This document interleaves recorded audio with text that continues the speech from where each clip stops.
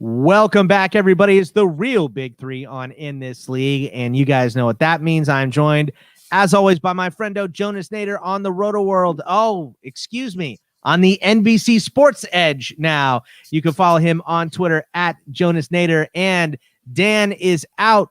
That means we have to bring someone up from the aforementioned former Roto World, now NBC Sports Edge. Why not get the big boss man here, Steve Alexander at Doc Tora, DOCKTORA on the Twitter machine. Dr. A, what is going on, man? Not a lot. Just been a crazy 24 hours with the website name change.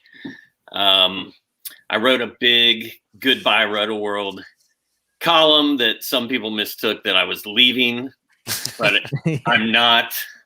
Unfortunately for some people, I'm not, but the website has a new name.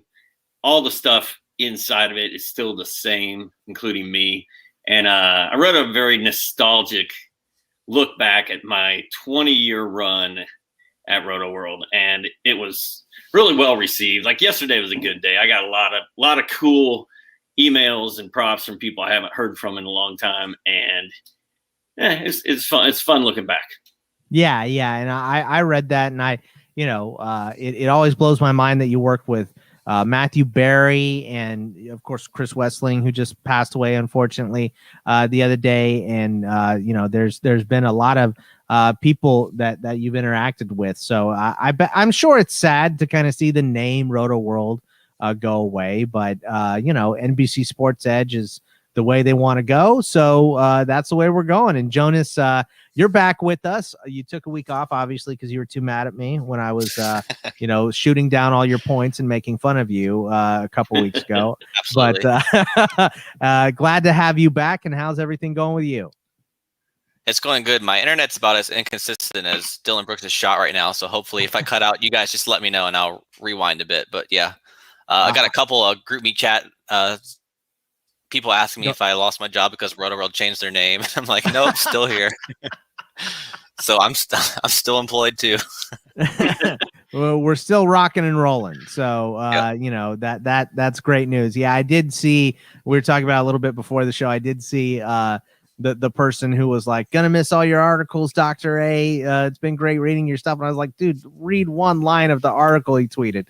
Just the first line and you'd know he's not leaving. It's easy stuff to figure out, but I was confused because I woke up and I started getting all of these, tweets from NBC Sports Edge. And I was like, I never followed NBC Sports Edge. And it was the name. It was just the name change. It was the same stuff that I would have gotten before, but I didn't know it was coming. So it caught me off guard. But, now that you guys have changed the name, we're lockstep. We're all ready to rock and talk some basketball here.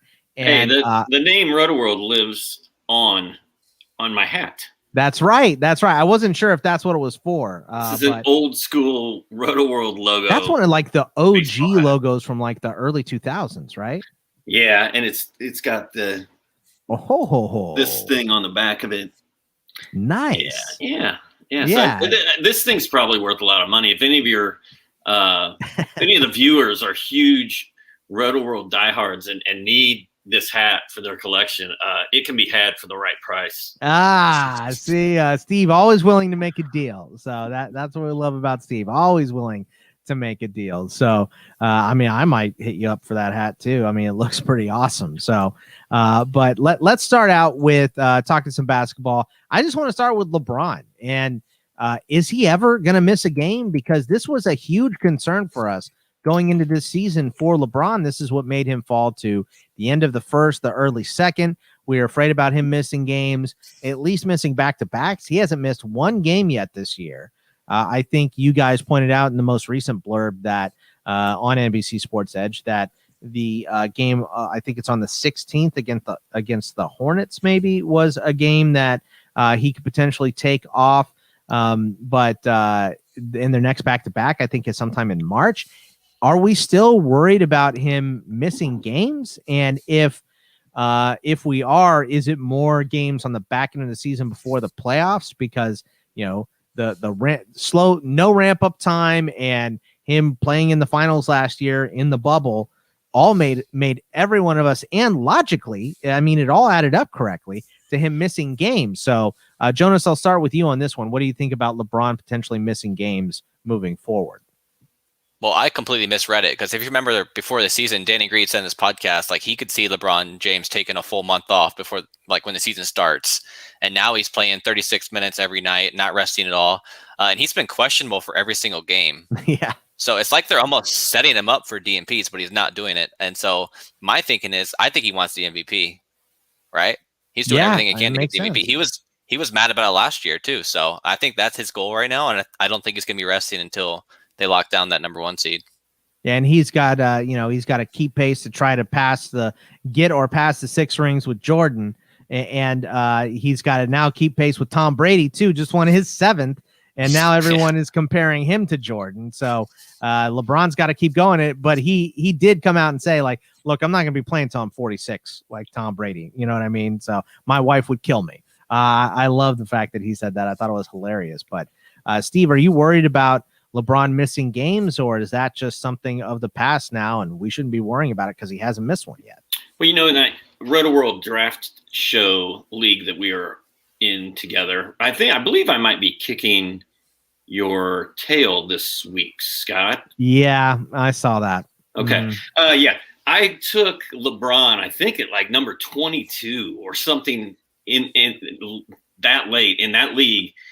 And when I did it, I remember thinking, this is not going to go well. Like, he's going to sit out 1 game a week, and I don't feel good about it. But like you said, he hasn't missed a game yet this season. And after his last game, in the post-game interview that I saw with him, he's like, I'm not even tired. I feel great. He's like, I could go warm up and play another game right now. He's like, I don't care. Wow. I'm ready to go. So he looks like he is determined to keep going. Obviously, his body must feel great, regardless of how old he is. He looks fantastic on the court, and he's showing no signs of wearing down. And I don't even think he's dealing with any nagging injuries. And usually, 8 weeks into a season, everybody's got some sort of nagging injury. But he looks like he's gonna keep it going. And in retrospect, I'm pretty glad that I ended up with him on my team. Yeah, I mean, I have him in a keeper league, and I was a little worried about him potentially missing games, but obviously that's worked out too. And yeah, you are beating the crap out of me in the Roto World League this week. There's a couple things I can catch up in, maybe points, steals, and blocks are doable as well, but you're crushing me in assists and triples and free throw percentage. So don't think I'm coming back in that stuff. So maybe I can get to tying the legendary Dr. A, but probably going to wind up with another loss. I'm not doing so hot in that league so far. So we'll see how it goes. But the second question here, and I'll start with you, Steve, on this one, is just how good or bad is Seth Curry? He was horrid over the last 2 weeks, but his last game was good. I think he's still leading the league in true shooting percentage, or else he's very, very high up there. He still looks like a good player, but the last week, I think we said on the last show, it's time to go ahead and punt Seth Curry. He's been bad for a week and a half straight, so he turned into a pumpkin, but he did have a good game last night. So how good or bad is Seth Curry, Steve? I mean, he was really bad for about a 2.5-3 week stretch there, to the point where I wrote him off. I'm like, this isn't working. I'm not going to really think about him anymore. Like you said, Tuesday night, he went off with 22 points and 4 threes, hit some shots. His shooting has not been great lately. I don't know how good or how bad Seth Curry is, but I do know that when I hit the optimize button in the NBC Sports Edge DFS optimizer tool for setting a DFS lineup, it wants me to roll with Seth Curry tonight. So I've got him in there tonight, and I just hope he can keep it going. But I mean, I expect more inconsistency from him going forward, just because of who he plays with and the talent that surrounds him. Yeah, his track record isn't great, Jonas, but and he has dropped. He was number 1 in the NBA by a lot, in true shooting percentage. I don't think any of us thought that was going to stick. He's 8th now, so he's still a top 10 as far as that goes. But real hot start to the season, got real cold there. Mixed in a good game on Tuesday. So where are you at as far as Seth Curry goes? Leave him on the wire, or should we be maybe thinking about picking him up? Because he's still around, just looking on Yahoo, around 60% owned. I'm still all in on Curry. I mean, you look at it, he was red hot. He was putting up top 50 numbers before he had COVID, right? And then if you listen to most of the players that get COVID, most of them are asymptomatic, but the ones that do get it, they really struggle with fatigue for like weeks. And so that's what Curry said. He said he could barely move for a few weeks. So he's still ramping up. And we saw it last game. He looked great, 22 points. And now he had the ankle injury. He was doubtful, and now he's probable. I think it's time to pick him up. I think it's going to be great the rest of the way. And remember, he's a 45% career 3-point shooter. Like he's going to be fine. Yeah, and it was I was on Sports Grid this week, and they were asking me, what's the shooting? I think it's at 50, 40, 90. And that's such a rare shooting 50 from the field, 40 from 3, and 90 from the line. And he still has all of those. So, which is what is putting him at, top 10 as among true shooting. So he has been good. So, but very, very questionable player. Two guys on the same team here have opposite thoughts. So for me, I don't know. I think I want to see him put it together for 2 or 3 games before I add him on the wire. Deeper league, of course, go at him if someone drops him. But standard 12 man, I think I'm waiting for another good game, at least one more good game before I go and run, don't walk to pick him up off of the wire, like our guy Steve would say. How about I got a sell one high and buy one low on 3 names apiece. So the sell one high here, Jonas, I'll start with you here. Miles Turner, Fred VanVleet, Jaylen Brown. If you're selling one of those guys high, which one of those 3 is it going to be? I think it's pretty easy for me. Jaylen Brown, like as good as he's been, we saw the article this morning that he has knee tendonitis now. That's what's been bothering Kawhi Leonard for years. So that's a little nerve-wracking. We've seen them load manage Kemba. Maybe the same load management is coming for Jaylen Brown too on back-to-backs, maybe a 28-minute limit on the games he does play. So I'm a little worried about it. And remember, they're in the market for a wing. They've targeted Harrison Barnes. So if they get Harrison Barnes too, that can help them dial back Jaylen Brown a little bit too. So knee tendonitis is not something you can just ignore. So I'm a little worried about it. Steve, would Jaylen Brown be your guy? You got someone different if you're going to sell high on one of those 3. If injuries aren't part of the equation, I'm probably going to go with Miles Turner there. I got a text message from my buddy Zach Wednesday night. He's like, "Where is Miles Turner? What happened?" And he got in foul trouble. He didn't do anything. If you played him in DFS, you got burned. If you had him in a season long, you got burned. So Turner has been playing at such a high level this season that it would not shock me if he does not keep it going all year. And maybe Wednesday night's game was the start of a downturn for him. But I'm kind of with Jonas here. If Jaylen Brown's knee is going to be an issue for the rest of the season and he's going to start missing games and being a little iffy, then that would be the guy. I mean, in this short season, this COVID season, games played is one of the biggest issues there is out there, which makes LeBron James that much more valuable as well. How about Steve? I'll start with you on buying one low. Devin Booker, Ben Simmons, or Jamal Murray. If you had to pick one of those guys to buy low on these underperforming players as it stands right now, who would you buy low out of that group? Booker is kind of a one-dimensional player. He scores and hits threes, does some other things. But I've been watching him the last couple of games. First of all, the Suns are on fire. I think they've won 4 in a row. Booker looks really good. Chris Paul is starting to have some rest issues come up and some injury issues come up. And as hard as they've been riding Chris Paul, it's not going to surprise me if that continues to be an issue. So I kind of like Devin Booker out of Booker, Ben Simmons, and Jamal Murray. And Jonas, between those 3, who are you buying? Yeah, I'm with Steve here. So Devin Booker, Prior to this last stretch, there's a stat called potential assists. His potential assists from last season were like tanked, like 50%, right? Now they're starting to go back up. They're starting to go back to that point Booker lineups too a little bit.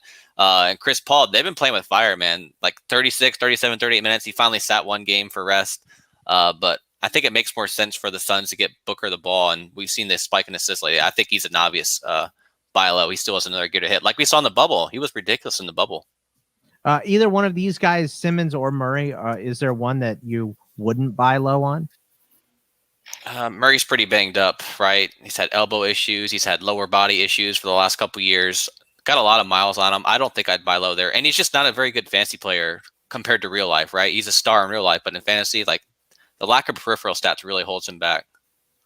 Steve, you agree with that? Would you buy both those guys, or would you not buy either Simmons or Murray? I mean, Simmons in a points league is fine, but his percentages and his lack of threes, I just don't feel like he's a very good, standard league fantasy basketball player. Yeah, I'm with you. I can't stand Simmons, so I have 0 shares of him. I mean, the dude can't shoot a 3. He's bad from the line. It aggravates me. I can't stand that stuff. So I really I have a couple builds where I have punt free throw. My keeper league where I have LeBron. I also have Rudy Gobert, and I have Clint Capella. Right, I have punt free throw builds, but that stuff aggravates me to no end. Missing a free throw. I mean, there's a reason why they're literally called free throws. They are free. You should knock them down. They should be easy. You should be hitting 85%. I think every player in the NBA should hit 85%. So look, I'm not going to go running up and down the court for 40 miles a night and then be able to do anything. But, I'm also not paid to. So, it aggravates me to no end that these guys can't hit free throws. But that's my 3 subjects here. So, Jonas, you are up. What do you have for us? Sweet. So I got Zion. So we were all, me, you, and Dan, I should say. I don't know about Steve. We're all pretty low on Zion entering the season. But, man, what a switch, right? Yeah. So what happened lately? So they basically tripled his pick and roll possessions over the last 2.5 weeks. And this is something he showed at Duke. At Duke, he was in the 98th percentile in the pick and roll. He was also 98th percentile in isolation. 1.2 points possession at Duke in those 46 total possessions too. That's just insane. For reference, Anthony Davis was at 0.9. So just insane numbers. Over the last 2 weeks or so, Zion is 39th in 9-cat with 23 points, 6 rebounds, 5 assists, almost a steal, 1.3 blocks. And if you punt either free throw percentage or threes, he moves up into the second round. So I have a couple builds where I have Giannis in the first round and I have Zion like I took in the 4th round. Like that's just money. Like I don't see myself losing that league now. Yeah, I mean Zion has been on a tear, Steve, and it's been. We talked about him before the season. I didn't like him. In fact, I said I thought he was going to be a post 100 player because his percentages were bad. He wasn't getting steals and blocks last year. So all he did was dunk and get boards, which is fine. But there's plenty of guys that do that provide other things. But like Jonas said, they're just using him differently now.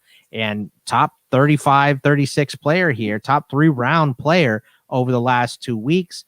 He's a top 55 player over the entire course of the season. So I think it's easy to say that most of us were wrong going into the year on Zion. So what are your feelings on him moving forward?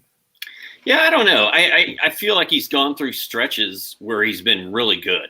And, he hit a 3-pointer in 3 straight games and everybody got fired up. And during that same time, he had a couple steals in one game. He had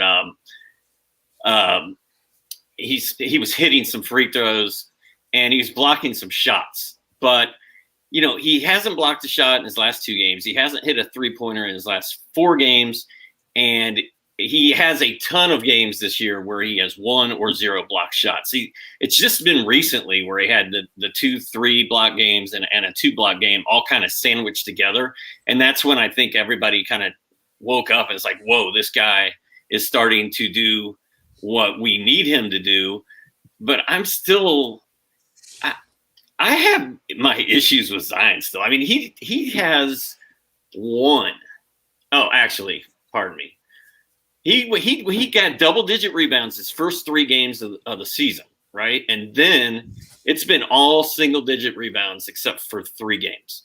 A guy that big and a guy that plays that position should be getting more rebounds, in my opinion. He should also be blocking more shots.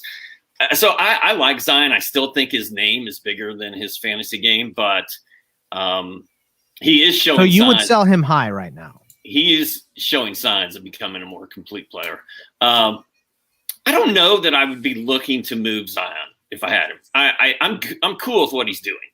Okay. I just don't know that he's as good as we think he is. But I think he is showing. But if you drafted him, you're kind of pot committed. Is that kind of what you're saying? Like, if you drafted him, this is the upside you're looking for. So why trade him when he's at it? That kind of deal. Yeah, I wouldn't have expected him to do anything more than what he's done. So if I drafted him, I'm really happy with what I have, just like Jonas said. Yeah. Let's say we could fast forward to the draft next year. Where would you take him, Steve? Assuming you're punting one category, because he's definitely a punt category player. Yeah, I mean, I don't think I would take him before round 3. Okay, yeah, that's about right. I'm about early round 3 for me. I was gonna say a round 3, round 4 border. So, but that's also me being cautious about young players. I'm not quite Dan Besbris cautious, but I feel like I'm a little bit more cautious than most people. So, but yeah. So, I mean, we're all fairly high on him, and that would, the question that we had asked earlier in the season was, I think his current ranking was like 120, and then his, preseason rank on Yahoo or whatever was like 35 or 36. Which number was he going to finish closer to? We all said the 100 number. So obviously I would reverse course on that thought process now after he is completely broken out. So what's second for you, Jonas? All right. So I got Bradley Beal. So he's resting, right? So does that signal, are the Wizards picking up speed in their tank? And who to pick up? So, or a trade brewing as well. I tweeted that as well. And I'm looking at Denny Avdija, right? One of their best rookies. With Beal off the court this year, he has a per 36 line of 16.5 points, 6.6 rebounds, 3.3 dimes, 3.3 steals. Obviously, that's a little fluky, and 2.8 triples with Beal off the court. And we've seen in the games where Westbrook sits, they actually run some pick and roll through Avdija too. So the Wizards are 6 and 17, something like that. It's really bad, whatever it is. But talk about an exciting stash pick. It's got to be Denny, right? Yeah, I mean, Denny has looked good. I'm a little cautious to pick up most people from Washington because Russell Westbrook is just a damn vacuum, and I can't stand that stuff. So it aggravates me to no end, but Denny's had some good games, and, he's still getting minutes for Washington. So I think he's the big one. Steve, is there anybody else in Washington that you want to add? Should Beal be gone, or is Denny mainly the main course here? I think it's Denny for me too. I've actually grabbed him in a couple leagues just because he's doing enough right now to almost warrant having, and he's got the potential to have a big second half. I kind of like him as a second half breakout guy. Another note on the Wizards is they are in the middle of a 4-game week right now. They only play 3 times in week 9, but week 10, they are the only team in the league with 5 games. And a lot of teams play 3 that week. So keep that in mind when you hit the waiver wire prior to February 22nd, that Denny Avdija could be a really good pickup for 5 games that week. All right. Yeah. So was there anybody else that you thought outside of Denny, Jonas, or was Denny kind of the main course here? Yeah. So they liked Troy Brown Jr. a lot last year. Remember, they talked him up big time in the bubble, and now he has barely played all season. So I'm not sure why Scott Brooks went from having Troy Brown as one of his favorite players to just completely in the doghouse. So I guess he's still another name that could surface later. But another guy I'm looking at is Alex Len, Mr. Dorito Ankles. He almost never passes the eye test. He's not a very good player, but he's a productive fantasy player. When he gets minutes, he can actually put up numbers. So like the last 5 games, he's top 80 with 10.8 points, 4.8 rebounds, 1.6 dimes, 0.6 steals, and 1.8 blocks. And that's with playing 7 minutes in one game too. So Alex Len, not a good player in real life, but in fantasy, he can stuff the stat sheet. Was that your blurb this morning, Jonas, that called him former Toronto Raptors legend Alex Len. Yep. Was that you? That was me. Yep. I think anytime I see something snarky, I assume Yeah. it's Jonas. You know what I mean? But yeah, Alex Len's been playing pretty good. Yeah. Have you added him anywhere, Steve? Yeah, a couple. I've been burned by those Alex Len type centers all year. Willie Cauley-Stein got me. Who's the other one? I'm drawing a blank right now. But yeah, I think that Alex Len, if you are desperate for a center, and as a guy who rosters Christian Wood in about every league out there, I have got center issues. So I tend to reach for the Gorgie Jangs and the Alex Len's and the Willie Cauley-Steins occasionally, and it usually ends poorly. But Alex Len's been playing well enough lately. So look, I'm going to mark this down to edit this, but can you guys hear that construction or no? Nope, not at all. Okay. It is driving me nuts. So give me 1 second. I'm going to go scream at someone and I'll be right back. Okay. So, sorry, guys. Sounds good. Good Lord. What are you fucking people doing over there? I love it. Steve, we should iron out what games you want tonight. When do you want to work? Are we live on the air right now? Oh no, it's just for YouTube. He's editing this out. Oh, I don't know. There's only 5 games, right? Yep. Yeah, I'll take 3. You can pick whatever. You pick whatever 2 you want later and just text me. Okay. I can do that. Okay. I texted you that column. How bad is my internet right now? Is it terrible or just? No, it's not too manageable? bad. It's not too bad. Okay. You're not cutting out a whole lot, Good. if at all. But I texted you that column so you can check it out. Okay, I'll check it out. I think you'll like it. Okay. Got that taken care of. Sorry about that, fellas. And everybody watching. That's my bad. Did you yell at them? Did you yell at them? Yeah. Yeah. I was like, how long is it going to be, dude? What are you doing? He's installing new cable for my neighbors. So driving me crazy. But all right. So I will just reset us here. So on the podcast, it'll sound like nothing happened. But here we go. All right. So Jonas, what's your third subject here? What do we got? So we got another Jaden McDaniels sighting. So if you listen to the Wolves, they have their little Zoom media sessions like after practice and everything. And everyone talks about Jaden McDaniels at practice. Like, this guy's an absolute monster. He's 19 years old. He blocks literally everything in practice. I think yesterday he had 4 blocks in the first quarter. He's sitting at 2 blocks per 36 this season. Just an insane talent, right? I've called him the next Jonathan Isaac. He kind of has that Derrick Jones Jr. pop in his legs too, or that's that quick second bounce. Just a really exciting player. And the big thing is too, he's a natural 4, but the Wolves have started playing him at the 3 alongside Jared Vanderbilt too. So now there's multiple passes to minutes. So with the Wolves tanking, they want their top 3 pick. I think Jaden McDaniels is going to be playing a lot of minutes sooner rather than later. I mean, I want to believe that that's the way that it's going to go, but I just feel like you can't trust anything that Saunders is doing, because Vanderbilt was in and out. It's just been a musical chairs as far as their lineups go and all that stuff. So I want to believe, I'm like the poster in X-Files. I want to believe that this is going to be, the direction that they're going, but I wanted to believe in Vanderbilt too. And that has gone up and down and all around. So I just don't know if I'm going to go and run to the wire to get him. I don't think I am. So Steve, what do you think? Well, you kind of just stole my ripping on Jared Vanderbilt's. He went up in smoke is what I thought you were going to say, because he kind of did. And there were a lot of us that were like, how can the Wolves not play Vanderbilt a ton of minutes right now?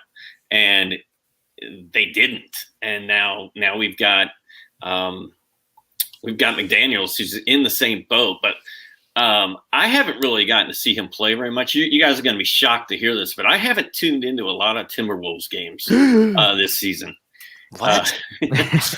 Although I do have Karl Anthony Towns in a league. So I am pretty psyched that he hasn't played most of the games, so even more back. reason to not watch them. Right, but he's back, so I'm excited about that. But 4 blocks, 10 points, 3 boards, 3 assists, and 2 3-pointers on Wednesday. I mean, that's a dream stat line, and 18 minutes too. Yeah, he's not playing, and like if he starts getting 25, 28 minutes a game, he could be something. I think that's a guy that you want to, put check mark next to his watch list, keep him on your watch list. And if he starts trending up, go get him.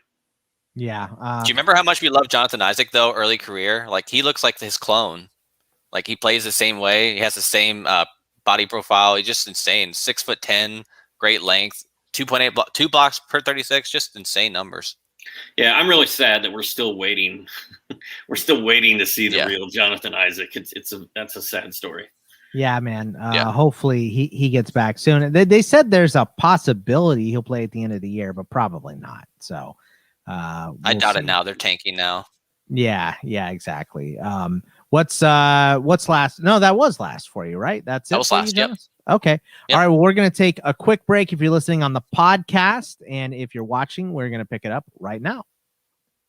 All right, Steve, your first appearance on the Real Big Three, Steve being the OG of all in this league guest. He was the very first person to ever guest on any of our shows. And it was just the easiest interaction I've ever had with a guest. I just said, hey, I've been reading your stuff for a long time. We're starting this basketball podcast. Is there any chance you would come on? Thinking, we would get maybe sometime at some point or something. And he just said, I'm in. That was what the email said. I'm in. Tell me what time. And I told him what time and date. And the next email just said dig, which is why we say dig to each other. Just said dig. So I love that. But Steve, your first appearance on the Real Big Three. So what is topic number 1 for you? Well, first of all, I still can't believe I was the first in this league guest ever. Like that is an honor that no one can ever take away from me. That's right. It's like a championship ring. I've got a title under my belt. I'm going to talk about the guy I talk about in my sleep sometimes and various other places, but Michael Porter Jr., Denver Nugget. Can we finally assume that things are back to normal and he's going to start crushing again? He started off the season on an incredible tear, and then he was in the COVID protocols for forever. Like he's sort of like the king of COVID protocols so far. Him and Kat this season. Like MPG was like the first guy to really go on an extended absence, and I never really did see a lot of details about what happened there. But anyway, he came back and it was like he was a different guy. It seemed like Mike Malone wasn't as into MPJ as he was earlier in the season. But, back on January 25th, he blew up for 30 points, 8 boards, 6 3-pointers. And I was like, he is all the way back. Here we go. And then it was 17, 9, 11. And then he scored 8 points in 3 straight games. So people were getting frustrated. I was getting emails like, do I drop Michael Porter Jr.? I can't take this anymore. And same thing with Chris Boucher when he went through his little minutes thing. You can't drop somebody with that much talent because A, they're going to get hot again and get it turned around at some point. And B, once you do that, you're never going to see that player again. And you're going to end up with a guy like Malik Monk on your roster or Dwayne Bacon or something. Anyway, February 10th, Wednesday night, MPJ had 19 points, 5 boards, 2 assists, 2 blocks, 2 steals, and 4 threes in 28 minutes. He's back in the starting lineup. Hopefully he stays there. I just hope that nobody listening to this ever dropped him. Yeah, I can't. If you're listening to this show and you've been listening to this show on a consistent basis, I mean, Jonas is more than mildly in love with Michael Porter Jr., so I don't think he would ever have dropped him. So I think that he's safe in the fact that even when he's not scoring the points, right, and putting up good percentages, he's still getting you those steals and blocks. So he kind of evens out his badness, So his downs you can kind of run through. And I think that's why most people didn't drop him. I mean, if you drop Michael Porter Jr., you're probably in a 10-man league with shallow rosters. Like that's the only scenario I can imagine where you did that, because just no one that you pick up, like you just mentioned, Steve, you're going to be picking up Malik Monks and Dwayne Bacons and, Jermichael Greens and stuff like that. Like there's not guys that you're going to go to the wire to and say, well, I'm going to drop Michael Porter Jr. for this guy who's on a heater, because when Michael Porter Jr. gets on his heaters, he's one of the best players in the NBA. So I think that you could trust him even through his bads, and I definitely I wouldn't be trading him in a keeper league, and I wouldn't be getting rid of him in a redraft either. So I think keeping him this whole time, even through the missed games, has been the right move. What do you think, Jonas? Yeah, and remember, before the season, basically having Malone as his head coach was baked into his ADP, right? That's why everyone was scared of him, because we knew there'd be a time where Malone would pull the rug out from under him, and we've seen that already. So we've already seen rock bottom from him, and yet he's still number 30 in 9cat for per game value, right? Yeah. So just insane numbers. Yep. And then last night, Malone. So before the season, I should say this too. Malone was saying, yeah, we're going to go out there, score 130 points every night, and we're going to give up 125. That's our goal. He said, we're not going to play defense this season. 2 weeks later, he benches Michael Porter Jr. for defense. So this is just who Malone is. He's gonna double speak all the time. But now we've seen rock bottom, and now it's just clear runway for top 25 value for Michael Porter Jr. the rest of the way. All right. What is topic number 2 for you, Steve?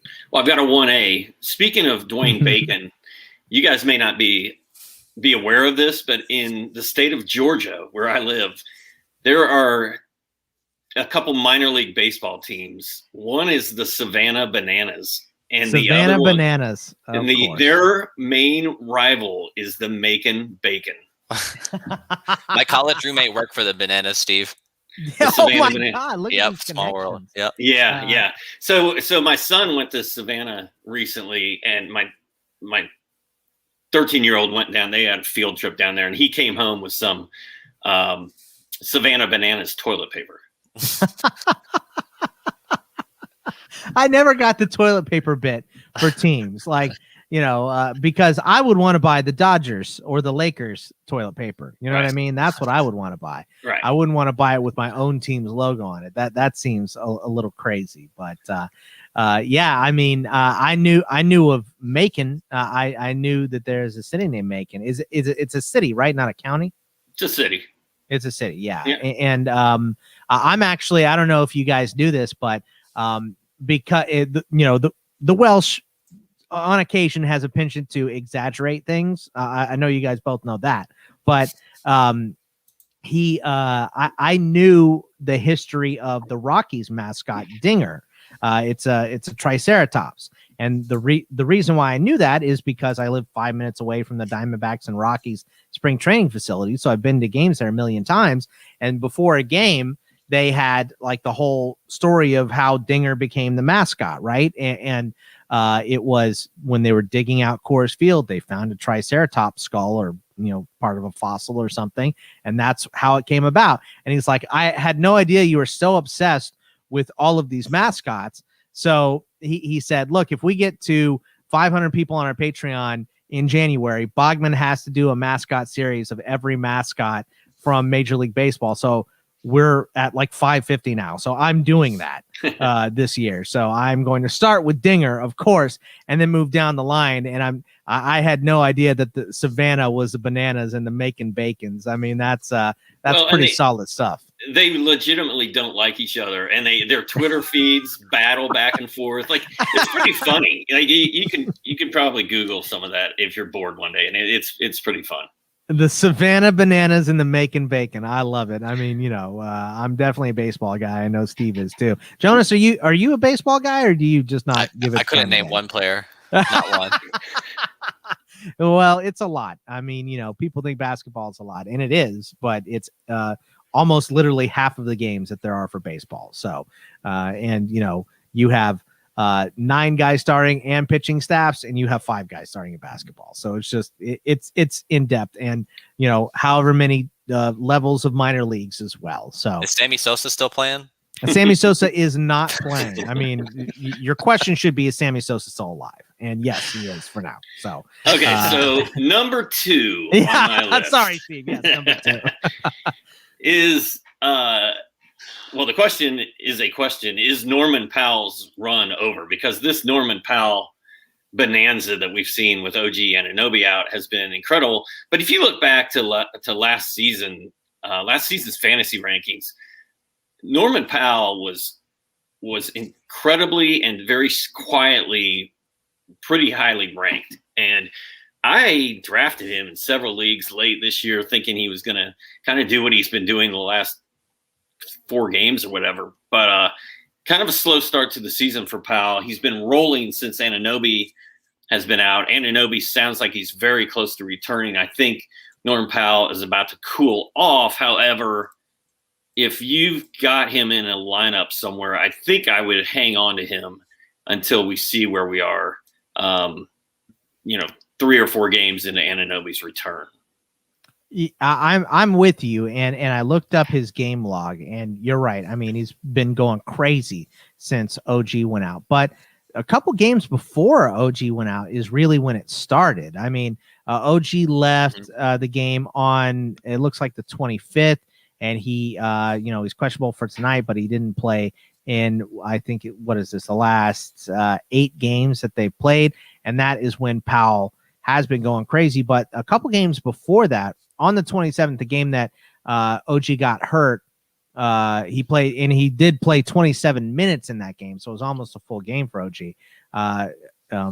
Powell scored 26 points. He had 5 boards, 2 assists, 2 steals, 1 turnover. The game before that, he played 40 minutes, had 24 points, 6 boards, 6 assists, a steal, and 1 turnover.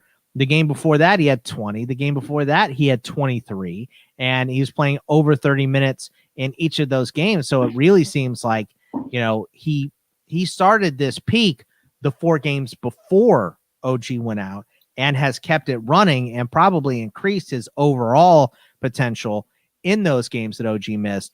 But I think that and he actually missed 2 of those games that OG missed too. He missed the game on the 29th and the 31st. So I think you're right. You're dead on, Steve, where I don't expect him to keep this pace, but I'm not dropping him until he slows down, even with OG back. What do you think, Jonas? Yeah, I agree. Steve mentioned his rank last year. He was 65th last year. And if you listen to Nick Nurse after the last game, he was really talking up Powell. He was saying he really likes his decision-making right now. He really likes his defense right now. He sees that his confidence is back. And Blake Murphy of The Athletic, one of the best Raptor follows out there, he's speculating that the Raptors are actually going to start OG and Powell now, with OG playing some 5. Because that lineup, we saw it against the Warriors, has a +5 net rating on the season. And as we know, the Raptors they're starting to figure things out a little bit better now, but they're still, I think they're below 500 on the season. So they're still looking for answers, and I think they're going to start OG at the 5 in some games, with Pascal at the 4, Norman Powell at the 3, and Fred VanVleet at the 2. So that's something to think of. He's 16th in 9 cat right now over the last 2 weeks, but I think it's going to be closer to 40, 50 going forward. And I'm not sure. I know, Jonas, you get real mad at coaches on occasion. So your thoughts on Nick Nurse overall this season and his handling of the lineup, and Chris Boucher in particular? Me or Steve? Because I know Steve could rant for a good 10 minutes. I mean, whoever wants to jump in here. I mean, Nick Nurse seems to be an issue for fantasy owners, right, Steve? I mean, I don't understand how you have Chris Boucher on your team and he's played as well as he's played this season, and then you suddenly just decide you're not gonna play him, for a week. I don't have any idea. Like I wrote in the column, I haven't been at Raptors practice. I don't know what's happening in the locker room. I don't know if Chris Boucher is late to every single practice and is mean to all of his teammates, nor do I care. But I just cannot. I don't have his game log pulled up right now. But I mean, some of those games where he was getting like 17, 16 minutes, I can't even wrap my head around how that's possible. And it's not like they're playing someone better or ahead of him. It's Aaron Baines, 35-year-old Aaron Baines, who literally cannot move anymore. It's ridiculous. And Baines was completely out of the rotation for a minute. Yeah. And then all of a sudden, Boucher's, not playing, and Aaron Baines is suddenly the new savior. Come on, Nick. Yeah, I mean, Yep. It is frustrating, and I kind of, I talked about this I think a couple weeks ago. I didn't really understand the the hatred towards Nick Nurse. I was like, dude, he was the coach when you guys won in the finals against Golden State. Like, you guys should be a little more appreciative of him. But now I get it. After watching all this Boucher stuff, of course, I don't own Boucher in many spots, but and he's been killing me this week. You know what it was, Steve, was they were waiting for you to play me in this Roto World League, and then started giving him back his minutes. That's what it was. So I'm not even sure. I'll tell you what, it's been a rough ride with my big three of MPJ, Boucher, and Christian Wood. They've all had their issues this season. Like, if all three of those guys were LeBron James physically, if they were out there playing every single night and getting the minutes they're supposed to get, my teams would be crushing everywhere. But Wood's got a jacked up ankle that doesn't look great, and MPJ had the COVID thing that lasted forever, and he plays for Mike Malone, and Chris Boucher went through a 13, 14, 18, and 19-minute 4-game stretch for Nick Nurse at the end of January and the beginning of February. And, he was terrible for those 4 games because he wasn't in the game. Yeah. But he's back, baby. He's back. Yeah, he's back and loving every minute of it. That's right. What's your last subject? I love this last question you have here, Steve. So because I find it so tough. So you know what? For once, I'll let Jonas answer this one first. So well, I don't think we're going to come up with an answer because it's too difficult of a question, and it's a fun question. There's 2 rookie point guards tearing up this league right now. One of them, everybody knows his name, and that's LaMelo Ball. And the other one, basketball people know who he is because he's so good. It's Tyrese Halliburton. Halliburton might end up being the best player in that draft. He looks like the game comes to him sort of like it reminds me of Luka. He's one of those guys that sees things before they happen on the court. He doesn't turn the ball over at all. He's shooting lights out from 3-point land. Like, his 3-point percentage is scary. And he just makes smart plays. He doesn't make rookie mistakes. And if De'Aaron Fox was not on the Kings standing in Halliburton's way, I can only imagine how good that guy would be right now. But my question is, which one of those 2 guys is going to have the better NBA career? Jonas, I'll let you answer this one first. I don't think there's any question that both players are top 5 and probably top 3 in this class. I think that's pretty clear. But in terms of overall ceiling, I got to go LaMelo here. If people are watching Hornets games for the first time in 10 years, that tells you something, right? People are generally excited about LaMelo here. Only Jokic and maybe Trey, maybe Luka can make the passes that he's making already. Like, he's just got some stupid passes. Every time he gets the ball, Miles Bridges starts smiling 10 seconds before his dunk because he knows it's going to happen. Like, it's just insane. I think LaMelo Ball is going to be probably a 2nd-round pick next year. And already. Second-round pick, even with his percentages being a little bit, they're not unfavorable. that bad, though. What's his free throw? His free throw is actually not bad. It's 79.1. And the field goal 43.8. Okay, it's better than we expected it to be. Yeah. I just I feel like I want to say Halliburton, but I think there's too many things here, right? Like, the reason I didn't want to draft LaMelo this season was because of the percentages and the fact that they already had good guards in Rozier and Graham. So I didn't want to mess with him, but he has surpassed both those guys already, and it's clear, and with Graham getting hurt, seems like, they slid ball into that starting lineup, and I don't think he's going to give it away. I think, is Graham coming back tonight, or is he? I know it's soon. Probably the next game. They said they're going to be cautious. He's okay. So the next game he's going to come back, and I bet he's coming off the bench. I bet remember they started all 3, and then they got, remember, Rozier got hurt or something like that, or was it Graham that got hurt? They were starting the Ball, Graham, and Rozier, and then one of them got hurt. I forget which one, but that's crazy. Yeah, I think that was when Graham got hurt, right? Yeah. So so that, I mean, that's I don't think that lineup's going to work. Maybe for the current roster of the Hornets, it would work, but I don't think it's going to work. But I feel like I'm going to like Halliburton better for a couple reasons. Number one, I think they're going to be somewhat similar, but I always think because of the name brand, Halliburton is going to always be cheaper. And, De'Aaron Fox is not someone you just pass. LaMelo Ball wouldn't be passing De'Aaron Fox right now. So, Right.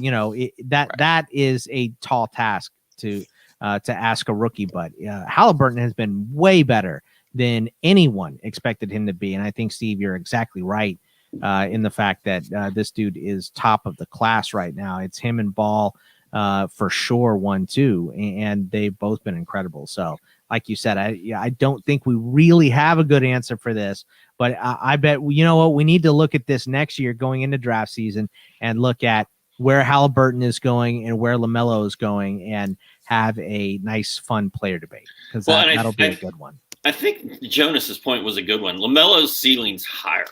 It is. Yeah. But LaMelo is also that ceiling, and that superstar factor that he already has is going to lead to a lot of issues. And his shooting percentage, I think, is probably going to be dicey as long as he's throwing them up from so far beyond the arc and 3-point land. I think the turnovers potential for him is huge, just because he's making some just ridiculous, awesome, sick passes. And a lot of times guys aren't even going to be ready for them. They're going to like hit them in the face because they don't know it's coming. I think Halliburton, on the other hand, is a more conservative, way less flashy, slower paced player that is not going to make really very many mistakes at all. He already hardly makes any mistakes at all. So I think when you look at the turnovers and the percentages, they might even out LaMelo's monster assist numbers and points numbers that he could put up. So it's just going to be fun to watch these two guys throughout their career. We have a whole, 15 years of them and Luka and Trey, and it's a good time to be an NBA fan, I think. Yeah, I mean, the future is absolutely bright. You're 100% right on that. So don't forget Jaren Jackson Jr., Steve. Well, we have forgot him. Everyone's I haven't seen him in a minute. That's right. Is he hanging out with John Isaac? Apparently. They're both on the back of that milk carton I saw the other day. So, we're waiting for those guys to come back. But that is going to wrap it up for us. A couple questions before we leave here. Our guy Giannis asked us, still stashing Time Lord even with the hip news. Jonas, are you still stashing Robert Williams? No, that three-headed monster in Boston is too annoying. And the hip issue is what cost him a bunch of games last year. So little cause for concern there. Time to get rid of him. Same answer, Steve? Yep. How about rest of the season? Rubio and Gallinari, are these guys just torched, or are they going to come back to life? I'll start with you on that one, Steve. Well, Rubio is historically a second half monster. I don't know if that's going to happen since he's not starting. But then again, with the tank that's happening there, anything's possible. So he could be on a different team in the second half too. Yeah, I'm not going to put it past Rubio to get it all turned around for the second half, because literally, if you go back and look at his game logs from every season, it's about this time of year he starts getting it cranked up. And then who was the other? Danilo Gallinari for the Hawks. They really like him coming off the bench. They really like the 3-point shooting that he gives them. He gives them a big man presence. He spreads the floor. I do think Gallo, he's still working his way back from a pretty serious injury. So I think give Gallo another week, and I think he's going to kind of be rolling. He's a guy I've actually been targeting if he's been dropped in some leagues. I think he could have a nice second half if he can stay healthy. That's the thing with Gallinari, is he can never stay healthy. Yeah. I mean, he's the best in basketball right now, right? Yeah. And there's always a stretch where Gallinari is like a top 2-round player for like a month. Yeah. If he's healthy, like Steve said. I mean, we have to put that caveat, but he's missed so many games in his career. It's so frustrating. That's why I tend not to draft him in any spot. Yeah, real quick, his last 5 seasons, he's 64, 28, 82, 46, and 44 in 9 cat. Obviously per game, because he misses 55 games a year. But Yeah, I was gonna say that sounds way higher than his games played. You had an 82 in there, so I knew that wasn't one of the seasons. He's never played a full season. I mean, he hasn't in a long time. Last one before we go. Brian B asked us rest of the season for Patrick Williams. I'm assuming he's asking what your outlook on Patrick Williams is. What do you think, Jonas? I say top 100 floor, top 80 upside is where I have him pegged. I like Patrick Williams.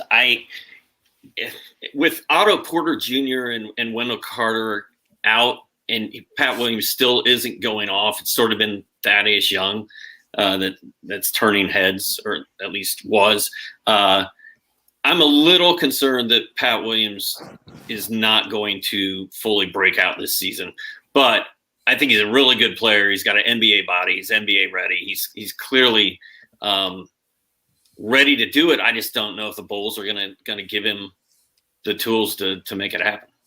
Yeah, I think I'm closer to Steve's answer than Jonas's. I think his floor is a little bit lower than 100, but I mean, not an insane amount. So I think if you're in a standard 10 to 12 man league, it's going to be hard to find a player on the wire that you really want ahead of Patrick Williams. So I think in most formats, I'm going to be holding on to him. And that is going to wrap it up for us. So Steve, please tell everyone where they can find all of your great work on the new NBC Sports Edge. And what do you guys got coming up here soon?